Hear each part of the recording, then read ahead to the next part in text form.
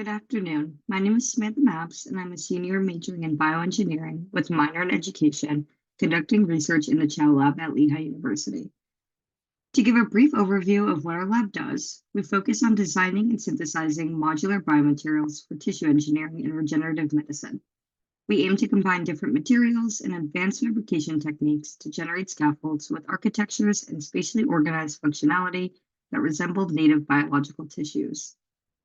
My work is focused on the functionalization of PCL azide scaffolds with PEGDBCO to create scaffold surfaces suitable for chondrogenesis. Osteoarthritis is a degenerative joint disease characterized by the breakdown of cartilage in the joint spaces of the body. The highly organized nature of this tissue and its limited regenerative capacity make it difficult to regenerate functional cartilage.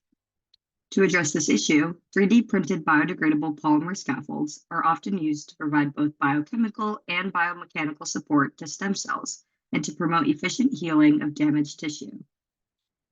3D printed scaffolds composed of biodegradable polymers like polycaprolactone, or PCL, provide physical support to cells and degrade over time under physiological conditions. Our lab has recently found that mesenchymal stromal cells, or MSCs, cultured under chondrogenic conditions differentiated toward bone-like phenotypes in high-stiffness scaffolds, while low-stiffness scaffolds supported stable cartilage. The goal of this project is to modify the scaffold surface with polyethylene glycol, or PEG, to create a softer substrate suitable for chondrogenesis. We functionalize PCL azide scaffolds with 8-arm PEGDBCO to create a hydrated gel-like layer independent of the bulk scaffold properties. This study aims to determine how using different solvents during PEGDBCO functionalization affects PEG density on 3D printed scaffold surfaces. 3 different solutions, 100% methanol, a 50-50 combination of ethanol and water, and a 50-50 combination of isopropanol and water, were selected based on their variable PEG solubility. We hypothesized that minimizing the PEG solubility will prevent chain swelling while the PEG is immobilized on the surface to maximize the amount of PEGs tethered to the scaffold surface. Our lab solvent cast 3D prints polycaprolactone-based scaffolds with peptide PCL conjugates to spatially control biochemical cues. In this project, we are using PCL azide scaffolds to serve as a click chemistry group to tether PEG to our scaffolds.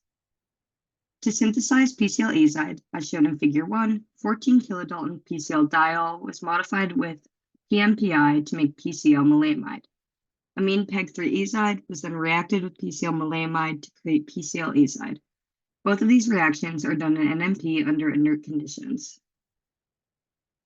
To 3D print with PCL azide, 20 milligrams per milliliter of PCL azide conjugate was co-dissolved with 370 milligrams per milliliter of unmodified high molecular weight PCL in the highly volatile solvent HFIP. Inks are then shaken for 48 hours and rested for 24 hours prior to printing.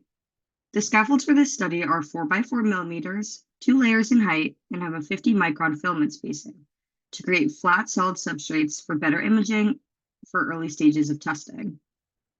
Figure 2 gives a representation of an ink being printed into our scaffold architecture.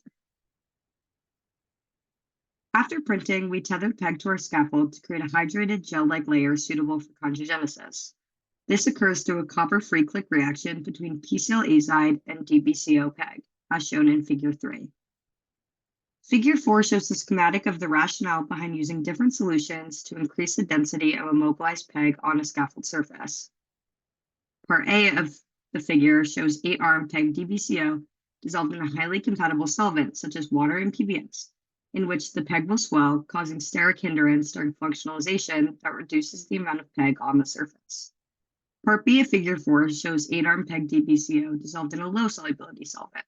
This includes methanol, ethanol, and isopropanol, in which the PEG will not swell, allowing a denser layer of the PEG to be immobilized on the scaffold surface.